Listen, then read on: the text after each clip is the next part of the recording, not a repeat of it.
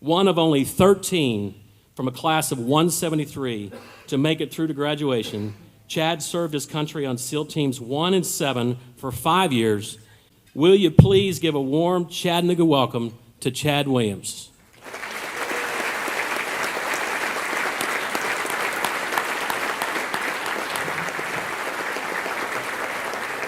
An idea of what my team was doing on the last deployment I was involved in on land. We were out in Iraq, and we were given the duty of hunting down some men that make suicide vests and roadside bombs. And while we're out there, we decided let's work with the ISOF, that's the Iraqi Special Operations Forces.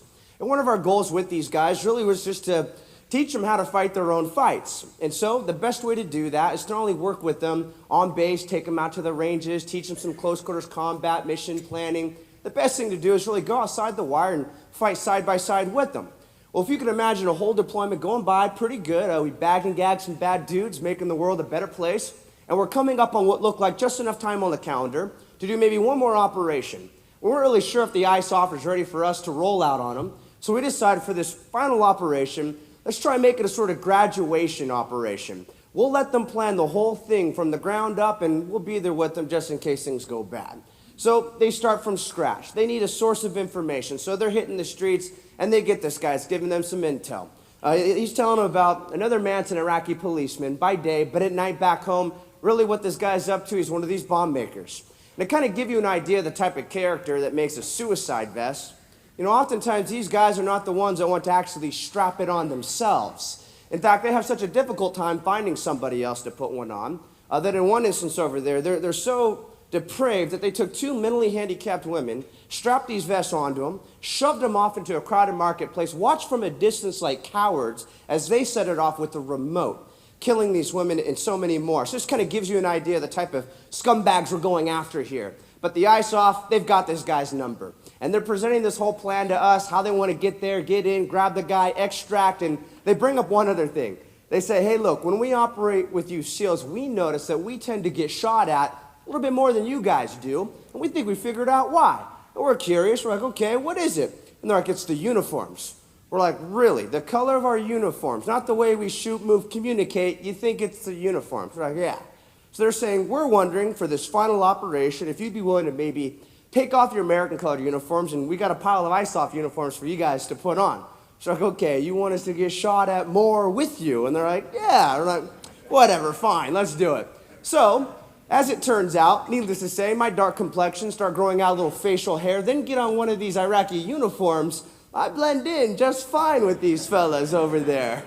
In fact, my wife will try to motivate me to shave when the beard's getting a little long. She's like, Chad, it's time to cut it down. You look like you belong in Bin Laden's family or something. So here we go, final operation, got the uniform on. I happen to be standing up in the Humvee, in the turret. I'm behind the 50 caliber machine gun tonight. And this weapon's a real showstopper. It could really reach out and touch somebody. I've got my night vision goggles on. I'm looking through my green little world, kind of going over the usual mental inventory. All these I knows are popping into my head. I know where this guy lives. I know how we're getting in. I know how we're getting out. But one other unique I know that was different than every other operation is I know this is it. This is the last operation, which leads to the next I know just a matter of days from now, I'm going to be back home, Huntington Beach, California, surfing in the ocean.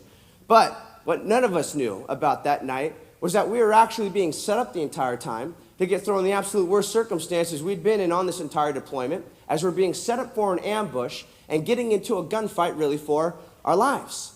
Now, before I touch on what happened that night, I want to back things up a little bit and share with you folks my road to becoming a SEAL and some of the principles that we could extract from the SEAL Creed. And really, this is what led to us getting out of that situation alive. And so, fresh out of high school, going to the local community college, I didn't have any real big plans. I was sponsored by Vans Shoes for skateboarding for a little while, but kind of got burned out on that. Next thing I know, I'm failing virtually all my classes. And really, it's just because I'm not attending. I'm ditching, surfing, partying with friends. I'm pulling into the school parking lot one day. It's the end of the year. It's time to take finals. And that's where it just hits me like a ton of bricks. Like, whoa. I'm turning out to be a loser. I mean, the kind of guy that no young man wants to be. So, you know how it is when you're young, you get told, hey, the sky's the limit, do anything you want to do, be a pro ball player, skate, whatever. I'm beginning to realize it's time to fish or cut bait here. So I realized I'm not making it at school. What am I going to do with my life? All I know is I want to do something big. I want to do something great. I don't want to waste my life. And so I'm just brainstorming, sitting there in my truck, about to go to class, and I think I come up with the perfect plan. I go, I know what I'm going to do with my life. I'm going to go become an Alaskan crab fisherman. Yeah, deadliest catch. By far one of the most dangerous jobs in the world. There's some bragging rights in that right there. It's big, it's flashy. That was the first thing that pops in my head. Well, this other idea gets into my brain. Wait a minute, why can't I go join the military? And not just, I want to be a part of the most elite. I want to go through the most difficult, grueling military training. And so right there in that school parking lot, I just make up my mind. I know what I want to do. I want to be a U.S. Navy SEAL. And so as I'm sitting there in my truck and I just grasp onto that, that's what I'm going to do with my life. I'm going to be a SEAL. I decided my first order of business is this. If I'm going to be a frogman, I don't need to go to class anymore. So I started my truck up and took off out of that school parking lot. Never took those tests. Well, of course, I got to let my dad know some bad news and good news, as I put it. And so I'm telling him, look, here's what's going on at school, Dad. But he's like, what's the good news, Chad? I was just waiting for it. It's all right, Dad. Your son's got a plan. You see, I'm going to be a Navy SEAL. And of course, my dad looking at me, trying to be the voice of reason here, watching the track record of my life, he just opens up and says, look, Chad, joining the military, not like anything you've ever done in the past, son, like playing ball or skateboarding or going to the local community college, that when you decide you're over it, you could just stop. He says, if you join the military and for some reason, maybe you find out it's not for you, or suppose you quit SEAL training, you can't just get out. Because you know what's going to happen to you? You're probably going to find yourself stuck in the military, chipping paint off some boat in Japan. Well, I can't argue with this logic. I didn't have the greatest track record leading into this here. But really, here comes that first principle out of the SEAL Creed. What he didn't see was something that was invisible going on underneath it all. It was a mindset. It was an attitude. Common man with uncommon desire to succeed. And that's really what it is to be a SEAL. I think this is best demonstrated based off of one of the first days I showed up to SEAL training. I remember there's 173 guys in my class, Bud's class 254. And the instructors, they enter the room and they've got the whole class together and they say, gentlemen, how many of you are willing to die before you quit? Because that's the uncommon type of desire you need to have to make it through training. And so, of course, everybody at this point, you know, they're saying the same thing, pounding their chest, hoo-yah. And they said, great. They said, all right. I want you to take a mental picture, the person on your left, on your right. Take a look at the guy in front of you, behind you. Chances are, if you're still standing here for graduation day, that means each of those guys you just took a little mental picture of probably haven't made it. Do you really think you're the guy that's going to make it through? And that was a real eye-opener for me because I kind of got to know a lot of these guys, and they all seem pretty tough, and they're all saying the same thing, we'll die before we quit, and it seemed pretty believable. So I'm just thinking, man, where are these quitters going to come from? So I'm looking around the room just trying to find a guy that I thought would quit. And the first guy that really gets my attention is this guy by the name of Barth. And this guy is not the kind of guy to quit. Barth was the stud of the class. I'm looking at this guy thinking, man, that's not one of the guys that's going to quit. He was always in a league of his own. When it came to a run, a swim, whatever it was, he was always in his own pack. Nobody could ever challenge Barth. It was never a question who's going to get first place. Always this guy. The big question is who's going to get second place. So Barth, that guy's going to be there for graduation day. I'm looking around, then I see this other guy, Gagne. And now this guy, he was the ugly duckling of the class. This guy was not the guy with the muscles. He's the guy that basically, if he was around, you know, if he was doing his thing today, he'd be playing Pokemon before he goes in the military. He was a gamer and just decided he wanted to be a Navy SEAL. Somehow made it through the bare minimums to show up to training. So I'm like, okay, at least there's one guy right there that's going to quit. And I'm looking around a little bit more, and I can't figure it out. I can't figure out where are these quitters going to come from. Well, to demonstrate these words, common man with uncommon desire to succeed. You know, the real good news here is that the desire that you have is something that you actually control.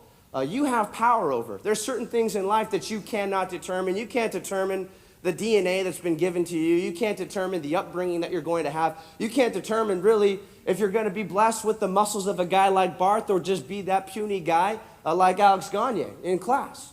But when the going got tough, when we got to Hell Week, which is the most difficult part of SEAL training, and I'll touch on it in a little bit. You know, what's interesting is the very first guy to quit during Hell Week, it wasn't Gagne, it was actually Barth, the stud, the guy with the muscles.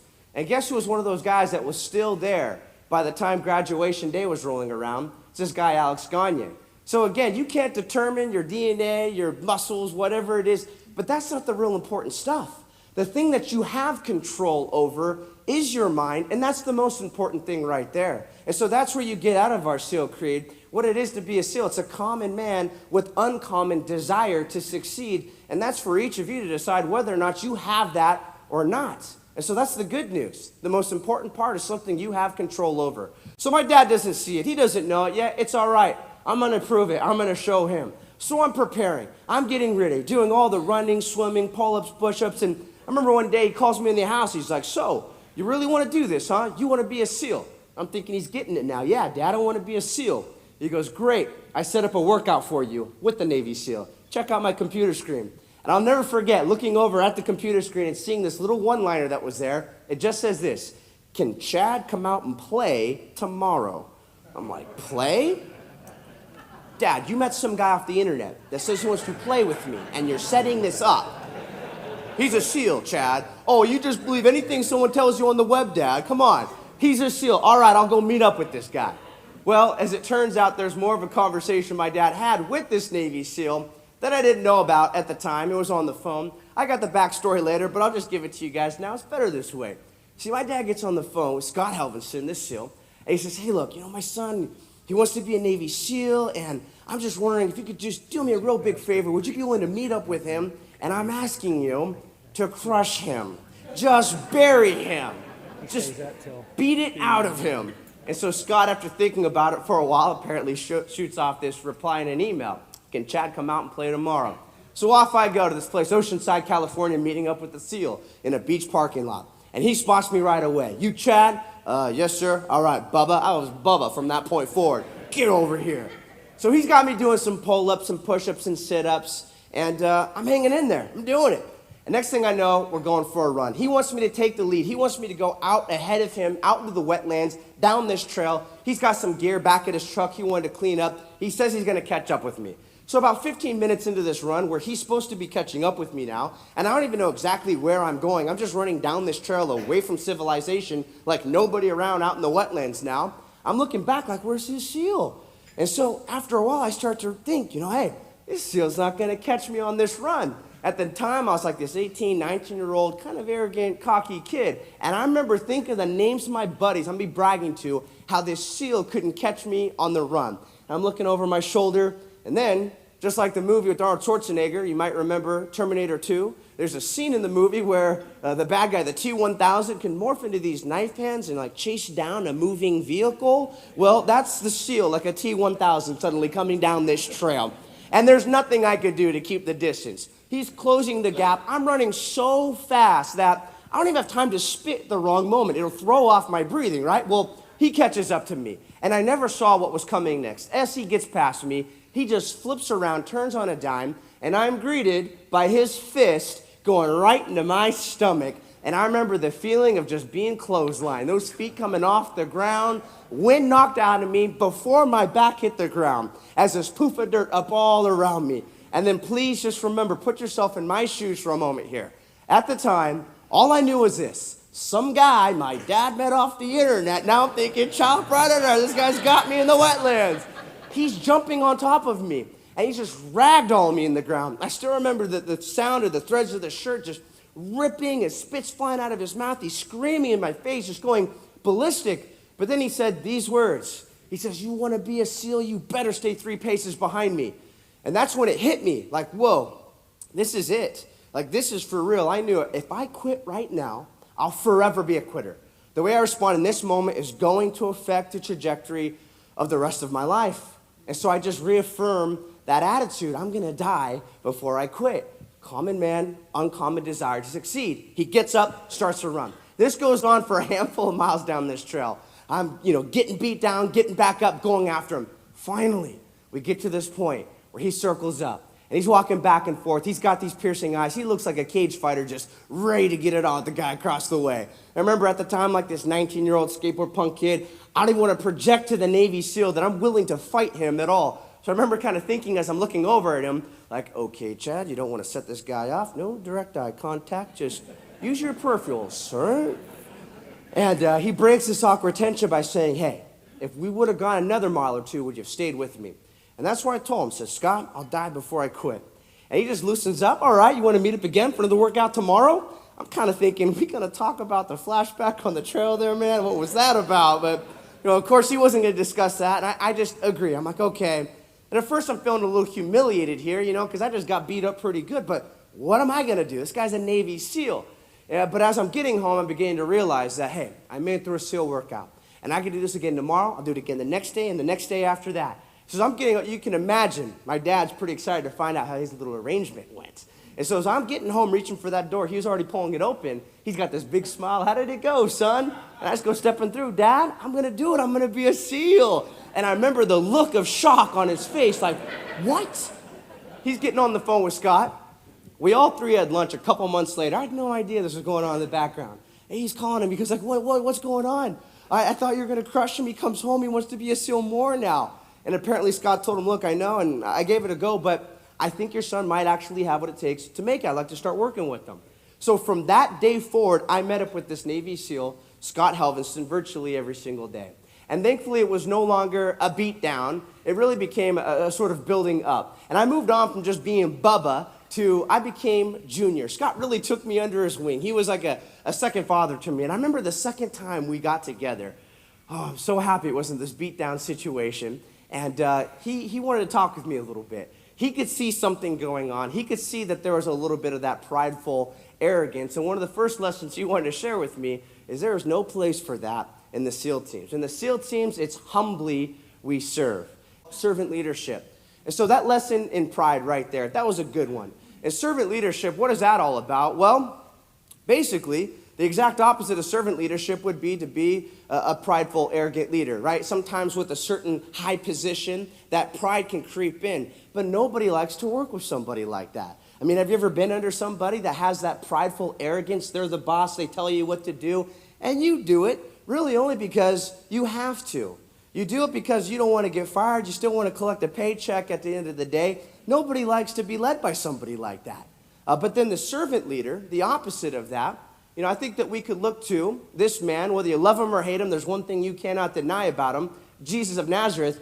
He knew how to lead people. I mean, we see a movement, his influence, we see the effects of it still to this day, 2,000 years later, and it started with a small group. So I think there's some takeaways, some things we could take away from the guy. And one of the most popular stories about Jesus is that situation where he's there with his disciples, and what is he doing? He's getting on his hands and knees and washing their feet. And, what does this do to the disciples? Well, their attitude is like, well, what is he doing right there? He's our leader. We should be doing this for him. But instead, they've got Jesus looking out for him, investing into him, developing him. And you know what he got out of his disciples? He got something that money cannot buy. What he ultimately got out of his disciples by being this type of servant leader is loyalty. The type of loyalty to where when he has something for them to do, like, look, here's my vision. Here's what I want you to go do. I want you to run with this now. He wanted to go out into the world and spread the message. They didn't do it reluctantly. They didn't do it dragging their feet. They were willing to do it to the point of bloodshed. And so when you're that type of servant leader, and you can't just fabricate this, you can't fake it. When you really do care about your people and you're looking to invest into them and develop them, what you get out of them is that type of loyalty. In the SEAL teams, it's humbly we serve. It's this servant leadership. And Scott really was the ultimate servant leader. In my life, guy was like a second father to me. He's investing into me. He's building me up. But our time was coming to a close. Because I signed up. I've got a date. It's set. He's got me pretty prepared. And one of the ways we'd wrap up a workout together was we'd go down to the local community pool and we'd kind of work on some underwater knot tying and get around to talking about whatever we got going on in life. And he brought up this opportunity, as he put it, to go overseas again. He says, who knows, Junior, perhaps it can make a difference. And it's only going to be a couple months long, he's telling me, and by the time you do Navy boot camp, that's a couple of months, you'll get back. I'll already be back. We're going to see him make it through SEAL training. And so I get a phone call from Scott not too much longer after that. He decides to take this opportunity. He's going to go ahead and do it. And Scott was no ordinary Navy SEAL, if there ever were such a thing. This guy holds all kinds of records. I'll just kind of go through some of them. One of them is this. He's the youngest man to have ever made it through SEAL training.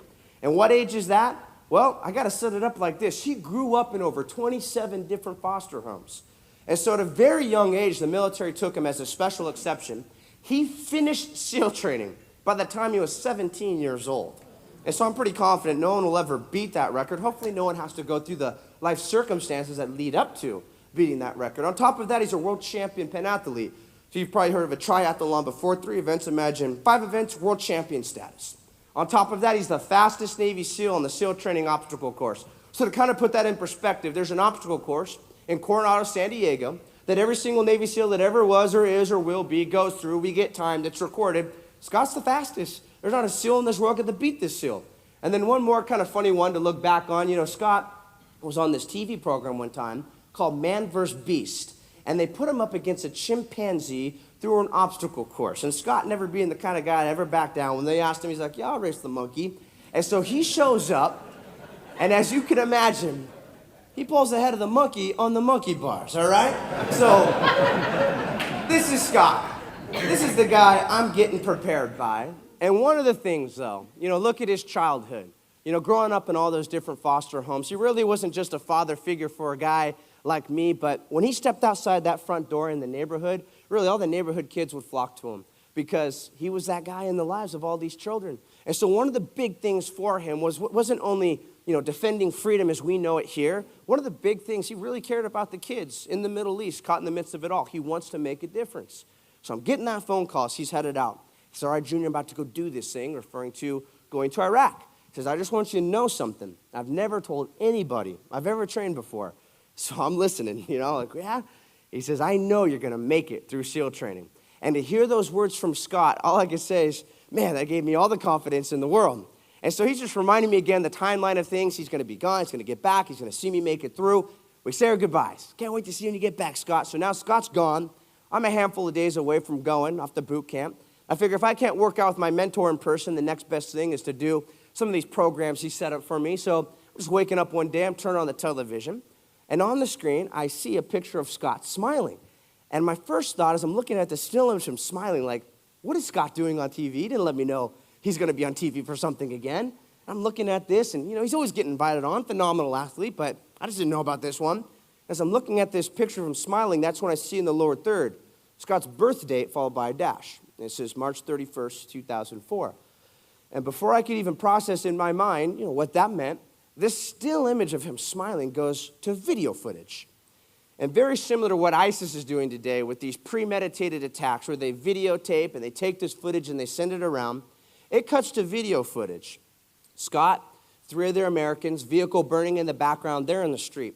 And these guys are filming and just basically cataloging as they're taking sticks and rods and just beating and wailing away on these guys' bodies, just mutilating them.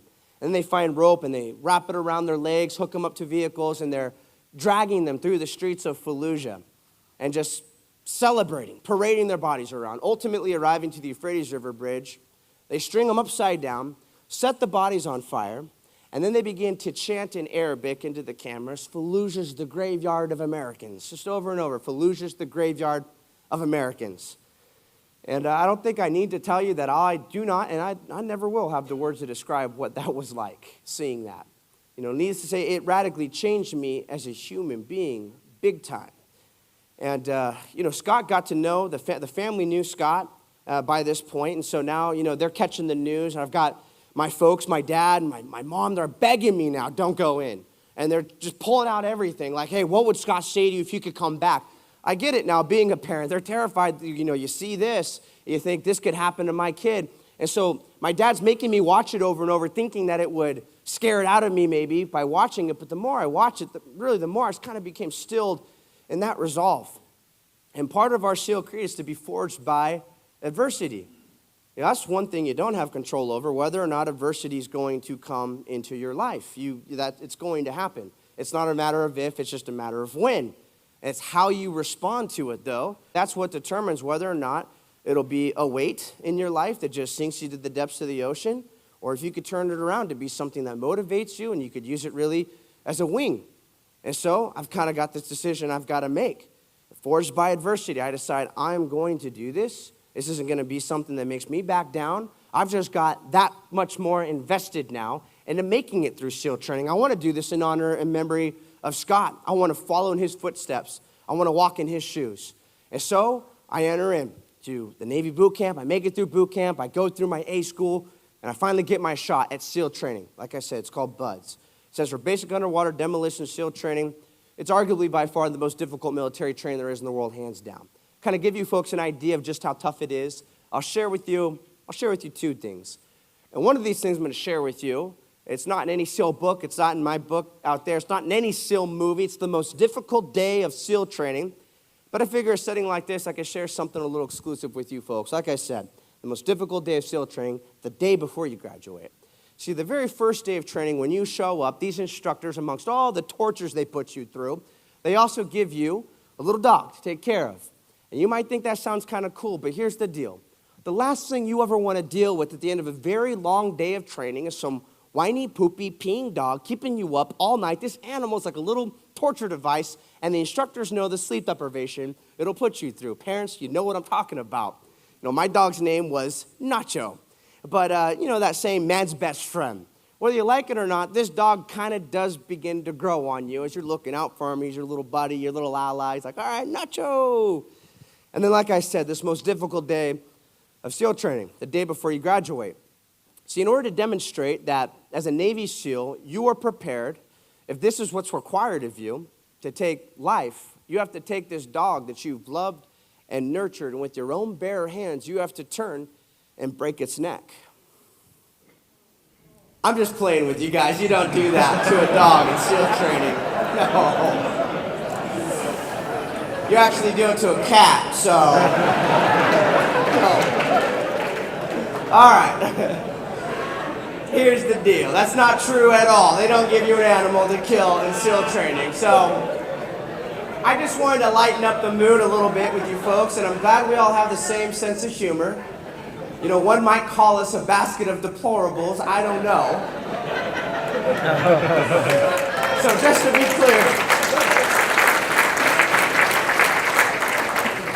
it's kind of tough talking about Scott and hearing about that, you know, so it's nice to have a little reprieve from that. But just to be clear, you don't do that to any animals in SEAL training, all right? Let me be real now, though. The most difficult part of SEAL training, in a nutshell, I'll share it with you. It's called Hell Week. Hell Week, 5.5 days long. You get 4 hours of sleep. That's not per night. That's a grand total. 4 hours of sleep for the next 5.5 days. From the moment it begins, they're waking you up. This is the fun stuff. Machine guns going off, grenade simulators, you know, smoke going on. You're doing hundreds of pull-ups and push-ups and sit-ups. But then the real tough stuff begins. I went through in February, you know, when it's the coldest. That air's so cold, it bites. And then you get hit with the hose, and now you're shivering. And then they send you out into the ocean. And you don't wear a wetsuit. And that water in February is so cold, it takes your breath away. And it is just a matter of time before you go through stages of hypothermia. You're linked arms with your buddies, performing what's called surf torture. And it's kind of like it sounds. It is torture in the surf zone. You're so cold, they call it jackhammering cold. You look like you're hanging on to a jackhammer as you're shaking. And these instructors love to play the head games. They're like, all right, gentlemen, we're not letting any of you out of the water till 3 of you give up and quit. We're just going to keep doing this. And, you know, the instructors seem to always get their quitters. But I'll tell you what, those surf tortures for me personally, man, that was the worst by far. And this isn't a game that you just play once or twice throughout the course of Hell Week. I lost track of how many times we did this. And I had to dig deeper than I ever dug in my life to make sure I wasn't ever one of those guys. And each round just got more and more difficult because you're dealing with a bunch of guys that didn't quit in the previous rounds. If you're not in the water performing surf torture, you run over 200 miles during Hell Week. And that's not just running around your own body weight. You're load bearing, basically a boat everywhere you go. If not the boat, you've got a telephone log. And that boat, most of the time, it's spending time on top of your head. And it literally rubs through the hair, through the skin, and the top of your head. And just the pressure of that boat on your head, it's just so great. In a class prior to mine, there's a guy who broke his neck underneath one of these boats. And then imagine, not a dry moment these 5.5 days. If you're not dripping wet, you've always got the ocean right there. So the instructor said, go get a fresh coat of wet on. 5.5 days of salt water. You've probably been in a pool or a jacuzzi for a couple hours and been like, all right, getting a little soggy, wrinkly, time to get out, I'm getting pruned. Imagine 5.5 days of salt water and beach sand. What that does to your skin. Every square inch of your body, you feel the nerves exposed. And then on top of all this physical exertion and sleep deprivation, it leads into a funny one to look back on. hallucination. I grew up watching Ninja Turtles, and I remember we're doing this paddle called Around the World, and I'm looking in the water, and I see Donatello coming up out of the water. It is like so real. I'm trying to whack him with the paddle. And I remember one of the other guys like, "What is it, Williams?" And I know these words shouldn't leave my mouth. I'm like, "I see Ninja Turtles," and I'm thinking I'm gonna get scolded by him. He's like, "Where?" Looking back on it, it's hilarious, but when you're going through it, it's torture on the mind. So what I just shared, this is a little 5.5-day snapshot of about a 1.5, 2 year long pipeline to make it through SEAL training. I think the numbers do speak for themselves. I have a class of 173 guys. By graduation day, there's only 13 of that original class number still standing there. And that graduation day really was one of the happiest, most fulfilling, proudest moments of my life. And there's a lot more that could be said about that, but one of the things that I learned as I'm getting that insignia, since I've become a SEAL pinned into my chest, is that it doesn't stop right here. In our SEAL Creed, one of our lines is that you earn your trident every day. And so the point being is that you do not rest on your laurels. You're always getting into it, pressing forward. And this is one of the things for you guys in your place. Don't ever get comfortable. We should always be stretching ourselves. We should always be looking to throw ourselves out there into the arena. And at the end of the day, it's better to have tried and failed than to have not tried at all. Theodore Roosevelt, he talks about being that man or being that woman that constantly is getting into the arena. Not being that person, that critic that just sits back, plays armchair critic, and says, well, they could have, they should have done it this way. Who is that person? He says, it's not the critic who counts. It's not the man who points out how the strong man stumbles or where the doer of deeds could have done better. The credit belongs to the man who's actually in the arena, whose face is marred with dust and sweat and blood, who strives valiantly, who errs, who comes short again and again, because there is no effort without error or shortcoming.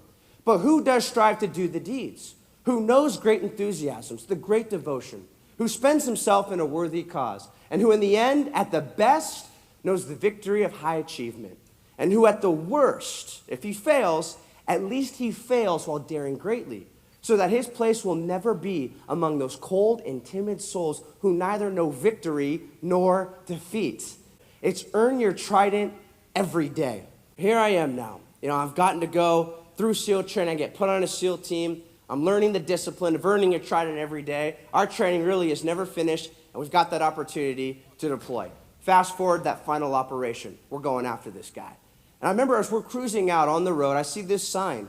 And it was a sign we'd gone by I don't know how many times before, but it caught my attention like this for the first time. It says in Arabic, Fallujah, Iraq. And I just wondered, because this is a sign you see before you go into Fallujah. We're just outside. I wonder if Scott's eyes ever captured that same sign I'm looking at right now. What are the odds? That sign's probably still been around. It's only been a handful of years. And I kind of tripped out on that. And the irony is that, here Scott was ambushed and killed, and little did we know we're being set up for this ambush. I don't have time to hit all the detail of what happened in that night, that ambush, but I do want to drive a couple things home. Part of our SEAL Creed is the ability to control your emotions and actions regardless of the circumstances. And how do you do a thing like that? Well, it's all about prior preparation. You don't work this stuff out on the battlefield or in the arena. It's those standard operating procedures.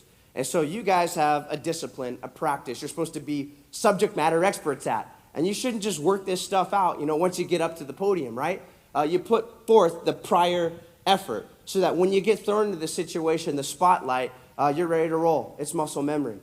And one of the things I love that came from my assault lead, my chief, he really set the tone as we're getting shot at, taking fire from 3 different directions, effective fire, impacting the vehicles, whizzing over your head. An ambush, the odds are really against you. It's how my mentor died, right? But I remember as he came over the radio, he was very calm, cool, and collected. His first words were, all right, boys, we're getting out of here alive, but I need you to push left. And so tactically speaking, without giving a lot away, basically meant we're not running away from these bullets. We're going to be going forward into these bullets. What's interesting about that is that's something that really only a servant leader could call his guys to do.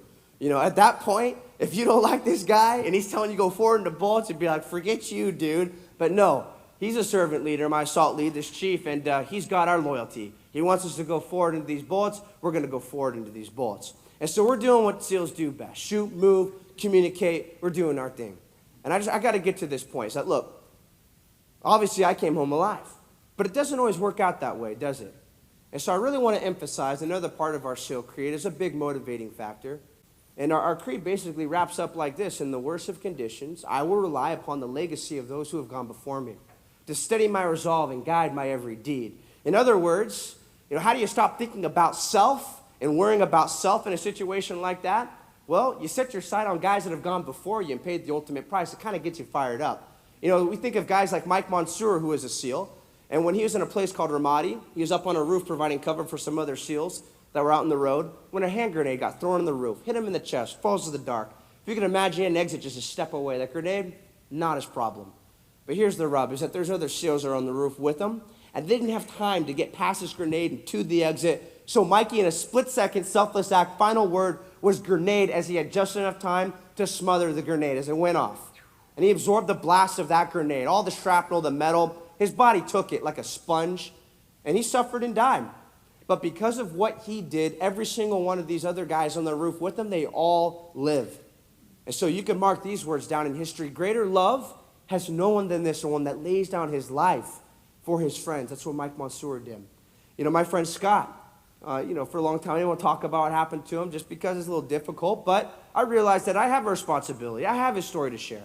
And although he was killed and dragged and hung from this bridge, it wasn't in vain. One of the last things he said to me: Junior, when I go over there, perhaps I can make a difference. So again, I see those words: greater love has no one than this one that lays down his life for his friends. What are some of the takeaways here?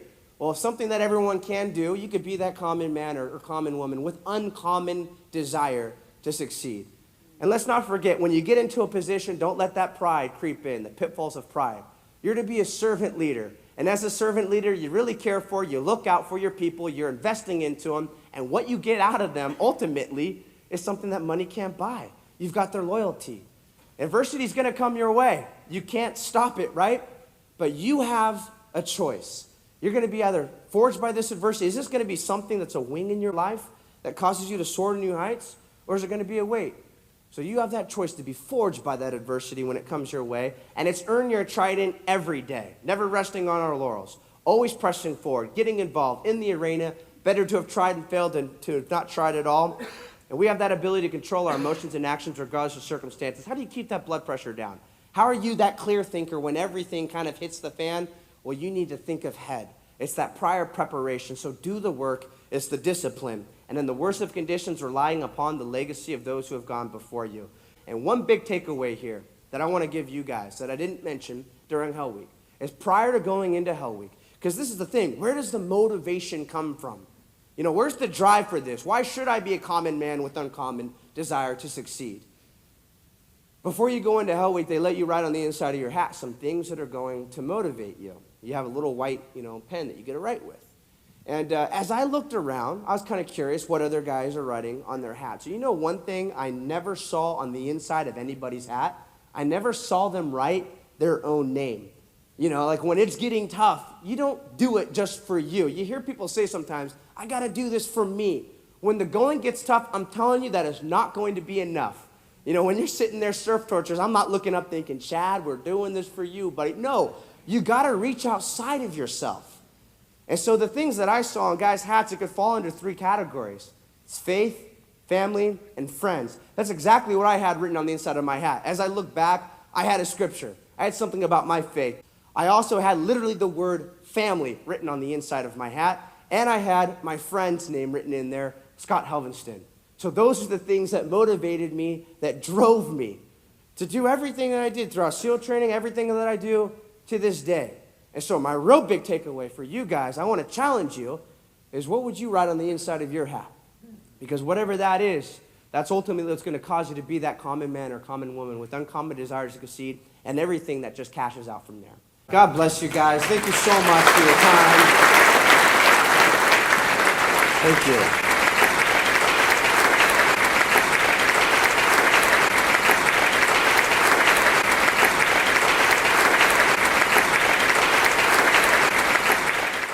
Tremendous event, a story that was well worth hearing, inspirational, should help everyone here, including me, as a leader in the community, in my family. I would recommend this event to anyone that has an aspiration to be a leader at their work site or any situation that brings them together with people who seek leadership and want to be inspired.